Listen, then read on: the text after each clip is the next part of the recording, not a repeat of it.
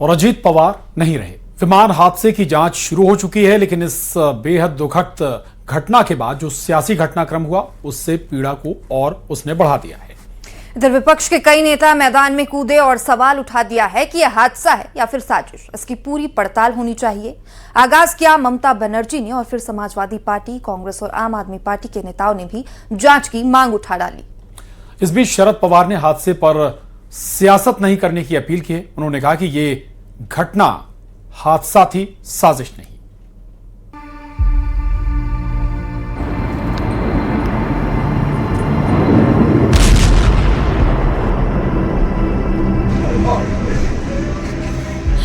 महाराष्ट्र की सियासत में एक युग का अंत हो गया। 6 बार महाराष्ट्र के डिप्टी सीएम रहे अजीत पवार की एक प्लेन क्रैश में मृत्यु हो गई। पवार परिवार गम में डूबा है। अभी अजीत पवार का अंतिम संस्कार तक नहीं हुआ, लेकिन सियासत करने वाले मैदान में कूद पड़े। शुरुआत ममता बनर्जी ने की। अजीत पवार के हादसे में हुए निधन पर ये दावा करते हुए सवाल उठाया कि वो बीजेपी का साथ छोड़ने का मन बना रहे थे। I came to know that from social network, Ajit Pawar is willing to leave the BJP. And now what happened today? I need proper investigation under the supervision of Supreme Court. Only we have the trust on Supreme Court, no other agency. All the agencies are being totally purchased. And really it's a great loss for the country. Akhilesh Yadav के साथ साथ कांग्रेस और आम आदमी party भी ममता के सुर में सुर मिलाते नजर आए और जांच की मांग उठाई। तो एक बार को ये बात तो साफ होनी चाहिए कि आखिरकार ये घटनाएं क्यों हुई। पूर्व में भी कई हमारे वीआईपी इसी तरह उनकी जान गई है। तो आखिरकार ऐसी जांच हो जिससे निष्पक्ष पता लगे कि आखिरकार घटना किस वजह से हुई। ये बड़ी दुखद घटना है। जांच तो होना चाहिए, क्योंकि ऐसा एक्सीडेंट हुआ है जो अननेचुरल है। सबसे पहले तो इस बात की जांच होनी चाहिए कि एयरक्राफ्ट में कहां से कैसे क्या गड़बड़ी हुई और इतना बड़ा हादसा हुआ। दूसरी बात, निश्चित रूप से बहुत ही दुखद घटना है। मैं अजीत पवार जी को अपनी श्रद्धांजलि अर्पित करता हूं और ईश्वर से प्रार्थना करता हूं कि उनके परिवार पर जो ये अपार कष्ट आया है उसको प्रभु सहन करने की शक्ति दे। लेकिन इसकी जांच होनी चाहिए। यानी अजीत पवार का निधन होते ही सियासी पारा भी चढ़ा। विपक्ष ने हादसे के पीछे सियासी षड्यंत्र की आशंका जतानी शुरू की, तो जवाब बीजेपी की तरफ से भी आया। हम लोग सब बहुत शोकमय हैं कि इतना बड़ा हादसा सुबह सुबह हुआ है। आज पार्लियामेंट में सब यही बात कर रहे हैं कि कितना ज्यादा सब इसमें जो है, और सब लोग जो है हेलीकॉप्टर से सफर करते हैं, सब तरीके की ये हम लोग भी इस तरह से ट्रैवल करते हैं। तो इस समय पर इतनी नीच बातें करना, आई थिंक ये बहुत ही, उनको भी थोड़ा तो मतलब संयम अपनाना चाहिए। ममता जी कल पॉलिटिक्स करें वो अलग चीज है, लेकिन किसी को जाति क्षति बचाई है उन्होंने। पहली बात तो ये निंदनीय और शर्मनाक बात। ये दूसरी, अगर फिर भी उन्होंने ये आग लगानी थी 4 दिन बाद में लगा देते। आज उनका संस्कार, कल को उनकी क्रिया भोग जो भी होगा। आज आपने किस चीज के, उनको परिवार को भी आपने किस शक में डाल दिया, किस उनके चाहने वाले लोगों में कैसी आपने आग लगा दी है। इस बीच अजीत पवार के निधन पर शरद पवार का बड़ा बयान आया है। उन्होंने अजीत पवार के निधन पर राजनीति नहीं करने की अपील की है। शरद पवार ने कहा कि कुछ लोग घटना को राजनीतिक रंग दे रहे हैं। ये हादसा है और इस पर सियासत नहीं होनी चाहिए।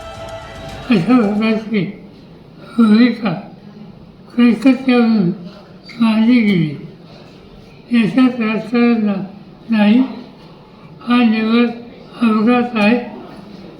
त्याच्या याचा महाराष्ट्राला, आम्हा सगळ्यांना सतत कृपा करून इथं राजकारण आणू नये एवढंच सांगायचं। महाराष्ट्र की सियासत में अजीत पवार का सियासी कद किसी से छिपा हुआ नहीं है। वो शरद पवार के साथ थे तब भी और शरद पवार से पहले अलग हुए तब भी। दोनों ही सूरतों में महाराष्ट्र की सियासत में छाए रहे, लेकिन उनका ऐसा दुखद निधन होगा इसकी कल्पना किसी ने नहीं की थी और इसलिए उनके निधन ने कोहराम मचा दिया है। विमान हादसे की जांच भी हो रही है, लेकिन विपक्षी पार्टियों ने एक अलग एंगल भी पेश किया है और अजीत पवार के विमान हादसे में निधन पर सियासत अब शुरू हो गई है। Bureau report, news 18। स्वागत है आपका न्यूज़ 18 मध्य प्रदेश छत्तीसगढ़ में। आप देख रहे हैं खबर असरदार। तो चलिए रुक करते हैं खबरों का। पूरा महाराष्ट्र आज शोक में है क्योंकि महाराष्ट्र ने आज अपने अजीत दादा को खो दिया है। अजीत दादा पवार को बारामती का बेटा भी कहा जाता था। 6 बार महाराष्ट्र के डिप्टी सीएम रहे अजीत पवार पंचायत चुनाव के लिए एक जनसभा को संबोधित करने के लिए बारामती जा रहे थे, लेकिन बारामती एयरपोर्ट पर लैंडिंग से ऐन पहले उनका विमान हादसे का शिकार हो गया। यह हादसा इतना भयानक था कि अजीत दादा की घड़ी से उनके पार्थिव शरीर की पहचान की गई। यानी जो घड़ी उनकी पार्टी की निशानी थी, उसी घड़ी से उनकी पहचान करनी पड़ी।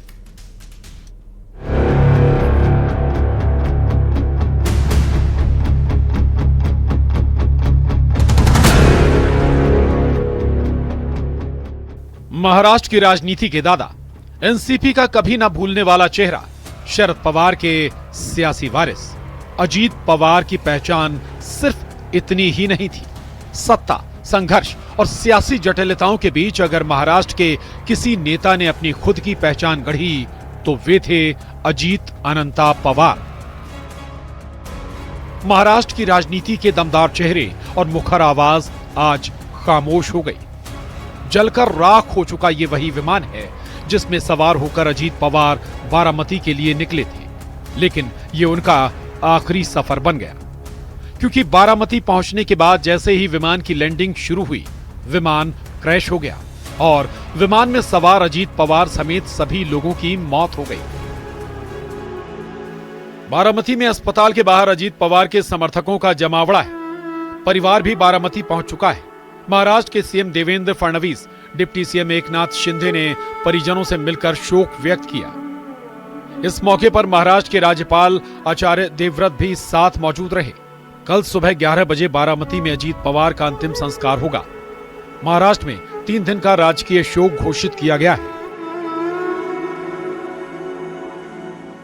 अजीत दादा ने महाराष्ट्र और देश के विकास में अपना बड़ा योगदान दिया है।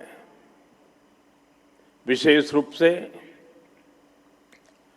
गांवों के जीवन को बेहतर बनाने के लिए उन्होंने हमेशा आगे बढ़कर काम किया।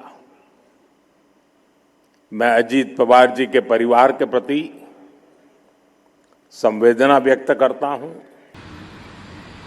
समूचे महाराष्ट्र में बहुत ही दुख का वातावरण तैयार हुआ है।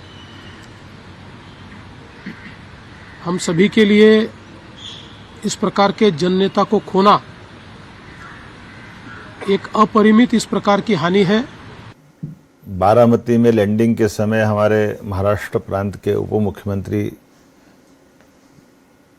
अजीत पवार जी का दुखद निधन अत्यंत कष्टकारी है, दुखद है। उनके साथ पूरे प्लेन के लगभग 5-6 अन्य सवार भी इसी घटना के शिकार हुए हैं। अजीत पवार के निधन पर देश में शोक की लहर है। परिवार में मातम का माहौल है। सियासी गलियारों में उदासी छाई है और अजीत दादा पवार के सहयोगी और समर्थक भी सदमे में हैं। किसी ने नहीं सोचा था कि मुंबई से बारामती के लिए निकले अजीत पवार कभी लौटकर वापस नहीं आएंगे। बारामती में जिला परिषद चुनाव होने वाले हैं और इसके लिए वहां अजीत पवार की कई सभाएं आयोजित की गई थी। महाराष्ट्र के डिप्टी सीएम अजीत पवार उन्हीं सभाओं में शामिल होने जा रहे थे, लेकिन ये उनका आखिरी सफर बन गया। इस हादसे में एक और कहानी खत्म हुई। वो है ग्वालियर की रहने वाली शांभवी पाठक। शांभवी ही अजीत पवार का विमान उड़ा रही थी। शांभवी के पिताजी को फोन किया पर वो बिजी थे फोन में, उस समय उन्होंने नहीं उठाया। 2-3 फोन करे मैंने, फिर he called me back.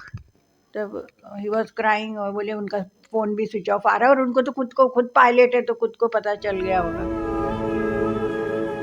Ajit Pawar का जाना महाराष्ट्र और महाराष्ट्र की सियासत में एक खालीपन छोड़ गया है। फिलहाल बारामती में इतना बड़ा हादसा कैसे हुआ, कैसे अजीत पवार का विमान क्रैश हुआ, इसकी जांच तेज हो गई है। Bureau report, news 18।